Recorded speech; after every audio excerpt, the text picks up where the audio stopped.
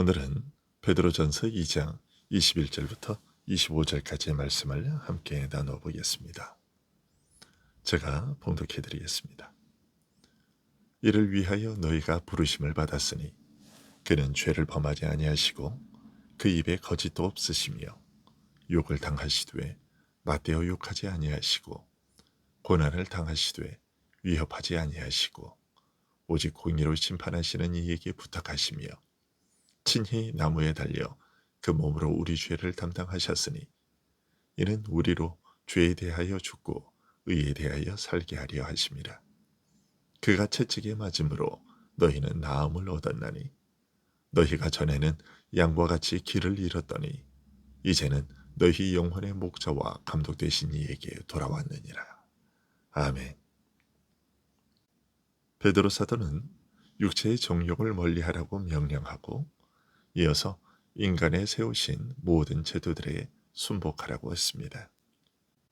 그것은 인간 사회의 모든 제도들에게 맹목적으로 복종하라는 뜻이라기보다는 부패한 성품으로 말미암아 오염된 부분들을 씻어 제거하면서 오직 하나님께서 본래 이 제도들을 통하여 이루고자 하신 그 선한 뜻을 따르라는 것이었습니다.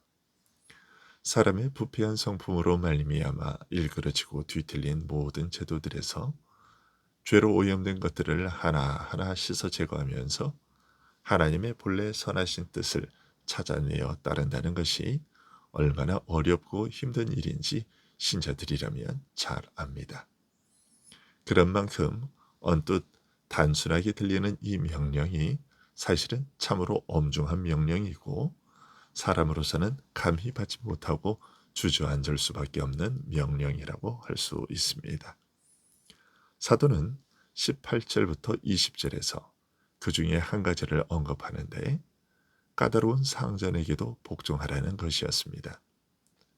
부패한 성품을 지닌 우리로서는 낮은 자리에 서서 윗사람의 권세와 질서에 순종하는 것을 참으로 힘겹게 여깁니다. 누구나 명령하는 것을 원하지 다른 사람 밑에서 복종하는 것을 기뻐하지는 않습니다. 그런데 하물며 너그럽고 선량한 상급자가 아닌 엄하고 가혹하게 대하는 상급자의 명령을 받는 것은 얼마나 더 힘들어 하겠습니까? 그런 상급자에게 분노와 원망을 품지 않을 사람이 과연 있을까요? 그런데 성경은 우리 신자들에게 권하기를 선량하고 너그러운 윗사람에게 뿐만 아니라 심성이 악하고 뒤틀린 윗사람에게도 복종하라고 명령하고 있는 것입니다. 하지만 그렇다고 해서 선악을 가리지 않고 맹목적으로 순종하라는 뜻은 아닙니다. 심성이 악하고 뒤틀린 윗사람에게 복종하는 것은 참으로 어려운 일이죠. 하지만 그 어려움이 하나님을 생각하고서 겪는 억울함이요 슬픔이라면 이것은 오히려 은혜요 아름다운 일이 될 수 있다고 19절은 말합니다. 그리고 20절에서 좀 더 자세히 말하고 있는데요. 잘못한 일이 있어서 얻어맞는 것이라면 자랑할 일이 아니겠지만 선을 행하면서 고난을 당하는데도 참고 인내한다면 이것은 하나님 앞에서 아름다운 일이라고 말합니다. 억울한 일을 당한다고 해서 무조건 다 아름다운 일이 아니라 하나님의 뜻을 생각하고 선한 일을 행하면서 겪는 억울함이라면 그런 슬픔은 오히려 하나님 앞에서 아름다울 수 있다는 것이죠. 오늘 본문인 21절은 하나님께서 우리를 부르신 뜻과 목적이 바로 그런 것이라고 말합니다. 이를 위하여 너희가 부르심을 받았으니 그리스도도 너희를 위하여 고난을 받으사 너희에게 본을 끼쳐 그 자취를 따라오게 하려 하셨느니라. 심성이 악하고 뒤틀리는 윗사람에게 복종하는 일은 자기 이익과 즐거움을 구하는 자라면 결코 따를 수 없는 명령입니다. 하지만 하나님의 선하심을 믿고 자기를 맡기며 모든 것을 끝까지 견디는 자에게는 세상에서 찾아볼 수 없는 고귀한 아름다움을 좇는 일입니다. 또한 사람으로서는 감당할 수 없는 이 일을 연약한 우리에게서 이루어 가시는 은혜로운 일입니다. 더욱 중요한 것은 이런 삶의 본을 바로 그리스도께서 보이셨다는 사실입니다. 그리스도도 너희를 위하여 고난을 받으사 너희에게 본을 끼쳐 그 자취를 따라오게 하려 하셨느니라.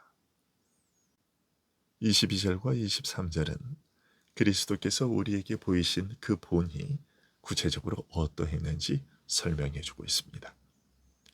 신자들이 세상에서 당하는 억울함에는 별의별 것이 다 있고 그 모양과 정도도 천차만별이죠. 하지만 그 어떤 억울함도 예수님께서 당하신 억울함과는 비교가 되지 않습니다. 하나님이신 그가 사람을 대신하여 고난을 당하신 억울함이며 그 죄 없으신 분이 가장 흉악한 죄인으로 정죄되어 죽임당하신 억울함이기 때문입니다. 고난을 받으시는 과정에서 예수님께서는 모든 것을 다 부인당하셨습니다. 하나님의 아들이라고 한다고 하여 참남하다고 회방하는 자라고 정죄되었고 죄 없으심을 주장하시다가 오히려 제사장의 종에게 로마 병사에게 온갖 매질과 모욕을 당하셨습니다. 부활 승천하신 후에도 유대인들로부터 가장 극렬한 반대와 회방을 받으셨고 오늘날에는 어른 아이 할 것 없이 조롱거리로 취급하는 것을 보고 있습니다. 그러나 이런 억울한 일을 당하시면서도 예수님께서는 죄를 범하지 않으셨다고 22절은 말하고 있습니다. 그분의 입에 거짓을 담지 않으셨다고 말하고 있습니다. 욕하는 자들에게 욕으로 갚지 않으셨고 고난을 받으시면서도 위협하지 않으셨습니다. 오직 공의로 판단하시는 아버지께 맡기셨습니다. 하지만 예수님께서 고난당하신 일이 우리에게 본이 된다고 해서 마치 우리가 닮고자 하면 얼마든지 닮을 수 있는 것처럼 생각하는 것은 잘못된 생각입니다. 예수님께서 당하신 고난의 죽음이 우리에게 본이 되는 것이 사실이지만 단순히 우리에게 모범을 보이셔서 자신을 따라하게 하신 것이 아니기 때문입니다. 예수님께서 보이신 본은 이보다 훨씬 더 깊은 뜻과 목적을 지닌 것이었습니다. 친히 십자가에 달려 그 몸으로 우리 죄를 담당하심으로써 우리로 하여금 죄에 대하여 죽어 죄로부터 자유롭게 하심으로써 비로소 우리로 하여금 의에 대하여 살 수 있게 하신 그런 본이었기 때문입니다. 내가 맞아야 할 채찍을 대신 맞으심으로써 나로 하여금 죄로 병든 것에서 나음을 얻게 하시고 건강하게 하나님을 향하여 살 수 있게 하신 것입니다. 이전에는 길 잃고 헤매는 양처럼 그러다가 어느 낭떠러지인지도 모르고 떨어져 죽게 될 처지에 있었지만 그리스도께서 우리를 위하여 죽으신 은혜로 말미암아 이제는 목자와 같이 나를 먹이시고 보호하시며 나의 길을 인도하시는 그의 품으로 내 영혼을 보살피시는 그의 품으로 돌아오게 된 것입니다. 이런 목자의 돌보심과 인도하심의 은혜 안에서 양이 목자를 따르듯이 우리는 주님을 따르는 것입니다.